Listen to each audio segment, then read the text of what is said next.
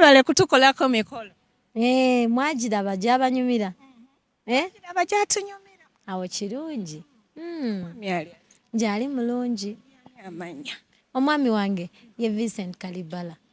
Wow, bulijjo ekyo kye tulinda nti omuyimbi omubuuzi omwami wo yaani erinnya. N'alyogera omwami wange ye mwami Vincent Kalibala. Yes. Tuwulira bwe wagendanga ebweru buli kaseera. Ebyo mwawulira byammwe. Mwe mwali mubigatta ne munsibako Abanigeria ne munsibako banne eyo y'omwami wange. Okuva edda ne.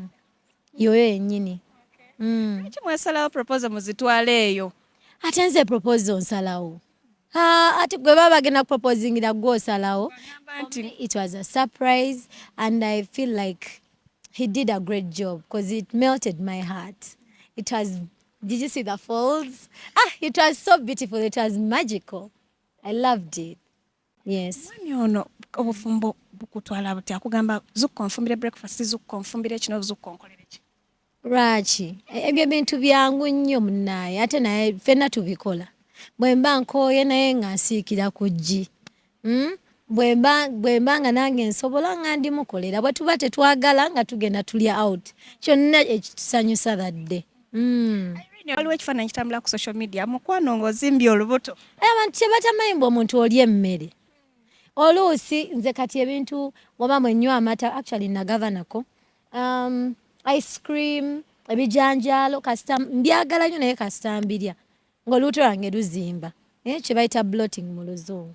Naye maama mwewulawo omutunga yekkutidde emmere nti olwo ali lubuto. Naye mutusabire kuba olubuto kintu kirungi era ndi mu myaka egizaala ate era nga nja kuzaala. Mukama ye mubeezi wange. Era we munaalulaba ne kibebbi biki birungi Mukama yagaba ebintu ebyo. Bisala n'obisala nti omwami kaakyadde olwo lubuto. Anti kati mwe mulooza mbu buli omu omwami osooka funa lubuto omwami n'akyalo obanga gw'okutte n'omutwala bakiyita batya kiifiifi nti anti nafunye olubuto kati kyalo ewaffe. Ewaffe that's not the case. Ewaffe ebintu byaffe tubiplaninga babiri tweyagala bulungi nnyo era tuteesa. Mukyala asobola okufumba ne mujja we. Nga mwagaza ki byebiki ebyo? Sirina kye mwagaza. Siri musiraamu tutandikira awo. Mmanyi nti abakyala abasiraamu bo it's a normal thing, not so? Nti wabeerayo asooka n'okubiri n'okusatu n'oba bakoma ku waakuna, I don't know. Naye nze munnaye siri mukyala musiraamu. Okubirako ku Winnie Jesse. By the way, Winnie yankubira recently nga congratulating ako kukyala netwogera. She was so happy for me. We hadn't talked in a long time. Netwogera na bane she was so happy. I think she even cried somewhere there during the phone call. Yeah. Alabanga kyotuuseeko naye kyandimutuuse. Era nga kijja mutuukako buli mukyala yenna akyagala ng'okyagala bw'okisaba Mukama kikutuukako. It's just a matter of time.